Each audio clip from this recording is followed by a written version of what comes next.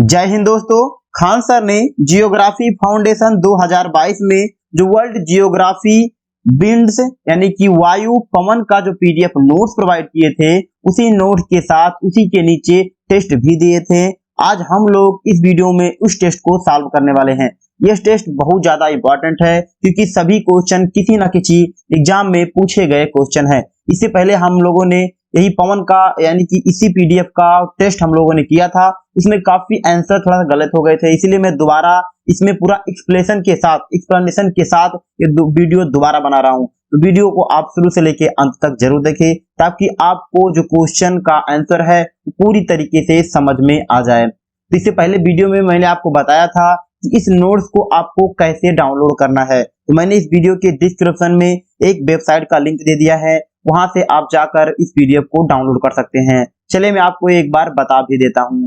क्या होता है कि सबसे पहले आपको अपने मोबाइल का क्रोम ब्राउजर ओपन कर लेना है। क्रोम ब्राउजर ओपन करने के बाद में इस वीडियो के डिस्क्रिप्शन में जो वेबसाइट का लिंक है उस पर क्लिक करेंगे तो आप इस वेबसाइट पर आ जाएंगे।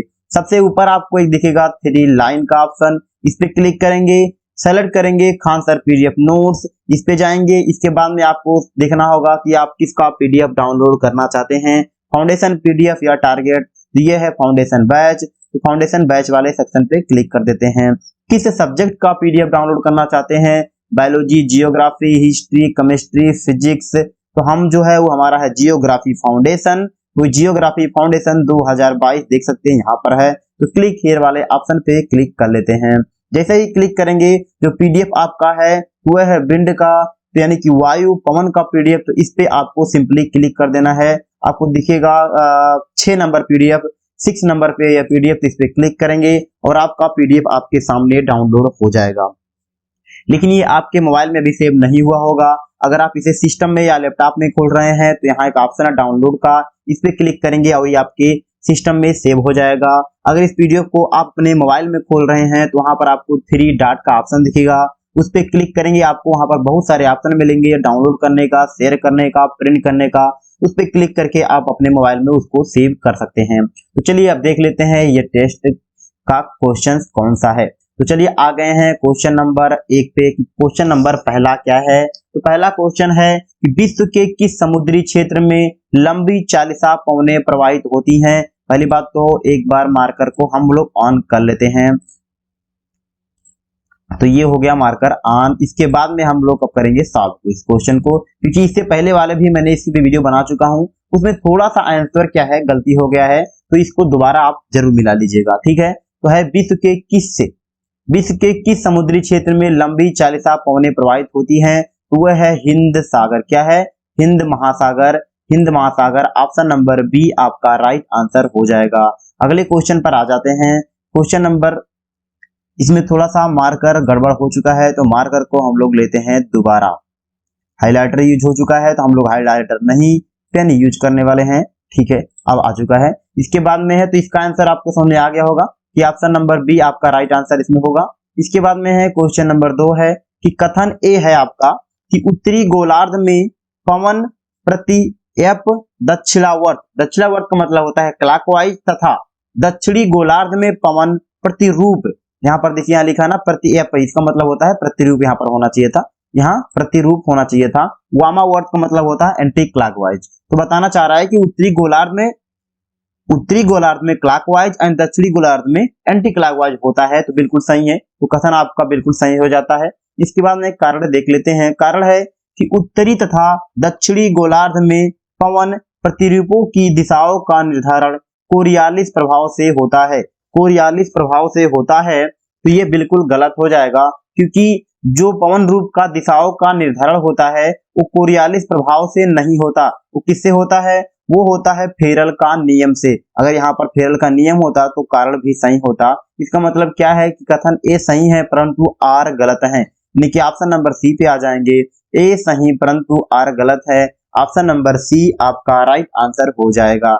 जो कोरियालिस प्रभाव होता है उसके मैं आपको बता देता हूं कि ये क्या होता है। तो कोरियालिस प्रभाव उसे कहते हैं पृथ्वी के घूर्णन के कारण लगने वाले झटके को कोरियालिस बल कहते हैं, ठीक है। ये होता है कोरियालिस प्रभाव या कोरियालिस बल। इसके बाद में आते हैं क्वेश्चन नंबर 3 पर आ जाते हैं। क्वेश्चन नंबर 3 है कि अभिकथन, सेम इसमें भी अभिकथन है, इसमें ए है कि हवा के पैटर्न दक्षिण गोलार्ध में घड़ी की सुई की दिशा में दक्षिणावर्त मतलब क्लॉकवाइज एवं उत्तरी गोलार्ध में घड़ी की सुई के विपरीत दिशा मतलब एंटी क्लॉकवाइज होते हैं। सेम क्वेश्चन है, सेम का सेम है, तो क्या हो जाएगा आपका इसमें, ये आपका सही हो जाएगा।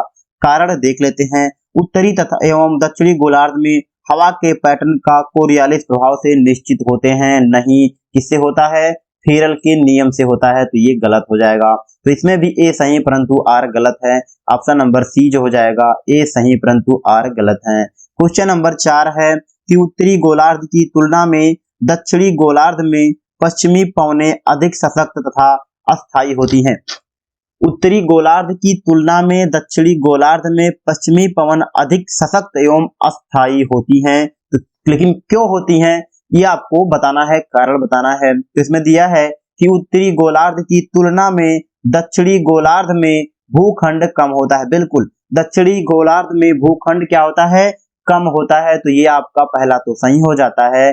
दूसरा है कि उत्तरी गोलार्ध की तुलना में दक्षिणी गोलार्ध में कोरियालिस बल अधिक होता है, कोरियालिस बल अधिक होता है, ये आपका क्या हो जाएगा, गलत हो जाएगा, यानी पहला आपका सही है। तो ऑप्शन नंबर ए पे आएंगे, केवल एक सही है।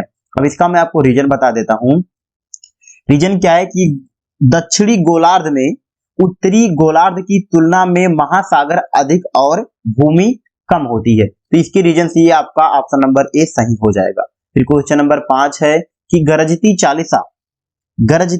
चालीसा प्रचंड पचासा एवं चीखता साड़ा क्या है, तो क्या चीज है, तो वह है दक्षिणी गोलार्ध में पश्चिमी पवने, क्या है, दक्षिणी गोलार्ध में पश्चिमी पवने। ऑप्शन नंबर बी आपका राइट आंसर हो जाएगा। अगले क्वेश्चन पर आ जाते हैं। क्वेश्चन नंबर 6 है हमारा, इसमें ज्यादा क्वेश्चन नहीं है, शायद 18 क्वेश्चन ही है, तो ये जल्दी ही सॉल्व हो जाएगा। क्वेश्चन नंबर 6 पर आते हैं कि तूफानी चालीसा जिसे इंग्लिश में कहते हैं रोरिंग फोर्टीज के बारे में निम्नलिखित कथनों पर विचार कीजिए। निम्नलिखित कथनों पर विचार कीजिए। पहला है कि यह उत्तरी और दक्षिणी गोलार्ध में निर्बाध बहती हैं, क्या निर्बाध बहती हैं, बिल्कुल सही है। ये बड़ी शक्ति और स्थिरता से बहती हैं, यह भी सही है। इनकी दिशा सामान्य तौर पर दक्षिणी गोलार्ध में उत्तर पश्चिम से पूरब की ओर होती हैं, यह भी सही है। एन मेघाच्छन्न आकाश, वर्षा और खराब मौसम इसके साथ सामान्य तौर पर संबंधित रहते हैं, यह भी सही है। चारों के चारों सही हैं, ऑप्शन में कहीं नहीं है, ऑप्शन में होना चाहिए था 1, 2 एंड 3 एंड 4 सही है, तो इसमें ऑप्शन कोई नहीं है, तो 1, 2, 3, 4 सभी सही है। फिर अगले क्वेश्चन पर आते हैं। क्वेश्चन नंबर आपका 7 है कि पवनों का मौसमी उत्क्रमण किसका प्रारूणी अभिलक्षण है, किसका प्रारूणी अभिलक्षण है, तो वह है मानसून जलवायु का, किसका, मानसून जलवायु का। तो ऑप्शन नंबर ए आपका राइट आंसर हो, मानसून जलवायु ऑप्शन नंबर सी पे दिया है, तो ऑप्शन नंबर सी आपका राइट आंसर हो जाएगा। क्वेश्चन नंबर 8 है संयुक्त राज्य अमेरिका के मध्य मैदानों पर चिनूक हवाओं का क्या प्रभाव पड़ता है, क्या प्रभाव पड़ता है ये आपको बताना है। तो क्या होता है, जाड़े का तापमान बढ़ जाता है, क्या हो जाता है, जाड़े का तापमान बढ़ जाता है, जिससे कि क्या होते हैं, बर्फ जो होती है पिघलती हैं। क्वेश्चन नंबर आपका जैसे कि जो घास वास होती है, घास साफ साफ दिखने लगती है क्योंकि बर्फ पिघल जाती है।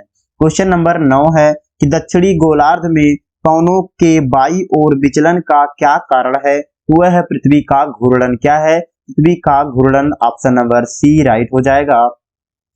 क्वेश्चन नंबर 10 है रोरिंग फोर्टीज शब्द प्रयुक्त होता है, किसके लिए प्रयुक्त होता है ये आपको बताना है। तो प्रयुक्त होता है सशक्त समुद्री हवाओं से 40 से 60 दक्षिणांश के मध्य, कितना, सशक्त समुद्री हवाओं के 40 से 60 दक्षिणांश के मध्य। ऑप्शन ए आपका राइट हो जाएगा। क्वेश्चन नंबर 11 पर आते हैं। उच्च दाब क्षेत्र में भूमध्य सागर की ओर चलने वाली पवनें होती हैं, उच्च दाब क्षेत्र में भूमध्य सागर की ओर चलने वाली पवनें होती हैं, तो वह है व्यापारिक पवनें, क्या, व्यापारिक पवनें। ऑप्शन बी होगा राइट आंसर। क्वेश्चन नंबर 12 है निम्नलिखित में से कौन सा सुमेलित नहीं है, इसमें से कौन सा सुमेलित नहीं है ये आपको बताना है। तो चिनूक जो है वो संयुक्त राज्य अमेरिका की क्या है, स्थानीय पवनें हैं, सिरोको जो है ये आपका सिसिली नहीं, यहाँ पर सिसिली के स्थान पे लिखना चाहिए था इटली, क्या सिसिली लिखा गया भूल से, तो ये भी आकर इटली होता तो ये सही हो जाता, लेकिन हम इसको गलत मान के चलते हैं, ये भी गलत है, ठीक है, क्योंकि सिसिली नहीं हो सकता। इसके बाद में है ब्लिजार्ड जो है, ब्लिजार्ड के लिए दिया गया है चिली, तो ब्लिजार्ड जो होता है वो चिली में नहीं, वो कहां पर है, वो है टुंडा प्रदेश। क्या होगा, अगर चिली के स्थान पे टुंडा प्रदेश होना चाहिए था, तो बी एंड सी दोनों गलत हैं। इसके बाद में है नॉर्वेस्टर्स, तो ये है भारत में, ये आपका सही हो जाएगा, क्या हो जाएगा, ये बिल्कुल सही हो जाएगा। तो चलते हैं, तो इसका अगर हम ऑप्शन देखते हैं तो बी और सी क्या है ना, दोनों सुमेलित नहीं है, तो आपका बी एंड सी दोनों सही हो जाएगा। अगले क्वेश्चन पर आते हैं, क्वेश्चन नंबर है आपका 13 नंबर क्वेश्चन है कि सूची 1 को सूची 2 से सुमेलित कीजिए और नीचे दिए गए कूट का प्रयोग करके सही उत्तर का चुनिए। इसमें भी आपको क्या बताना है, स्थानीय पौने एंड उसके क्षेत्र कौन से हैं, उसके क्षेत्र कौन से हैं। तो फान की जो स्थानीय कहाँ की पौने हैं, तो फान का मिल जाएगा आपका अल्पास हो जाएगा।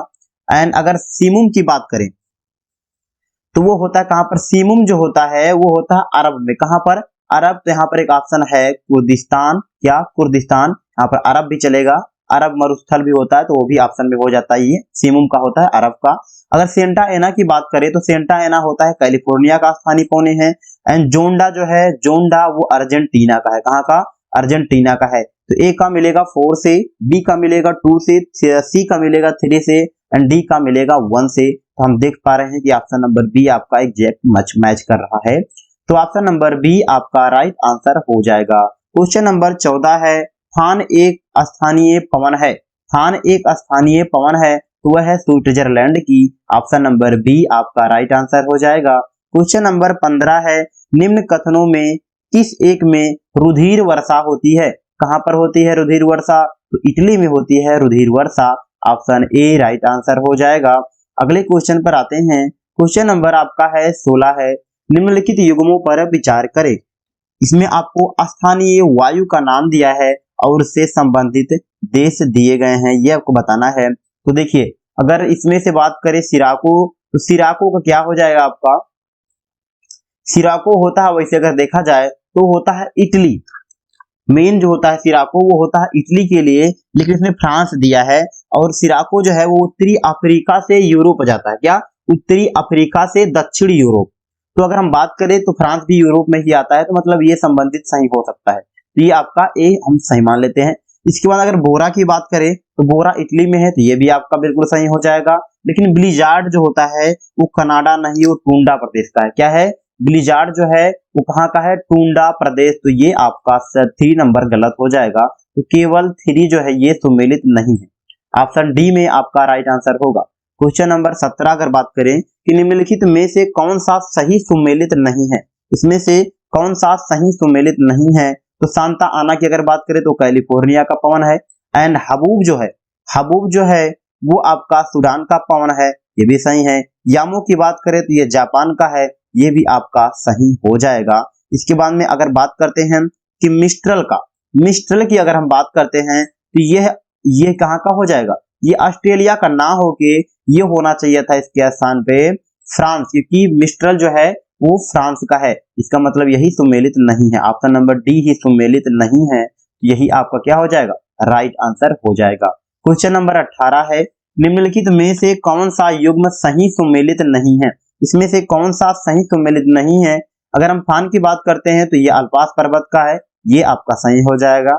अगर बोरा की बात करें, अगर हम देखते हैं कि बोरा जो हो जाएगा, तो बोरा जो होता है वो पोलैंड का नहीं होता है, क्या, पोलैंड का नहीं होता है, ये होता है क्या होता है, क्रोएशिया, कहाँ का, क्रोएशिया। अगर इटली ऑप्शन में होगा तो इटली भी बोरा का हो जाता है। अगर मिस्ट्रल की बात करते हैं तो मिस्ट्रल आपका राइन घाटी, इसमें लिखा है राइन घाटी, तो परेशान होने वाली बात नहीं है। राइन घाटी मिस्ट्रल जो होता है वो फ्रांस का होता है, वो फ्रांस में ही आपकी राइन घाटी है, इसलिए ये भी आपका क्या हो जाएगा, सही होगा।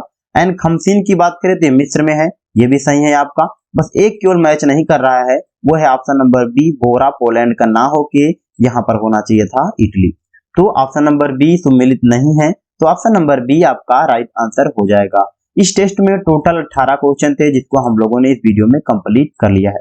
अगर आप इस पीडीएफ को या खान सर के किसी सब्जेक्ट का पीडीएफ, किसी बैच का पीडीएफ डाउनलोड करना चाहते हैं तो इस वेबसाइट पर जाएंगे। यहाँ पर आपको आराम से सभी सब्जेक्ट का पीडीएफ मिल जाएंगे एंड वीडियो भी मिल जाएगा। आप जाएंगे वेबसाइट पे, वीडियो प्लेलिस्ट को चूज करेंगे, वहां भी आपको प्लेलिस्ट मिलेगा। यूट्यूब के माध्यम से सारे वीडियो को आसानी से फ्री में देख सकते हैं। अगर वीडियो पसंद आया है तो वीडियो को लाइक कीजिए, चैनल को सब्सक्राइब कर लीजिए और बेल आइकन को तो जरूर दबा ले, ताकि जैसे ही कोई मैं अलग टेस्ट अपलोड करूं या कोई नया वीडियो अपलोड करूं आपके पास सबसे पहले नोटिफिकेशन पहुंच जाए। चलिए मिलते हैं किसी अन्य वीडियो में।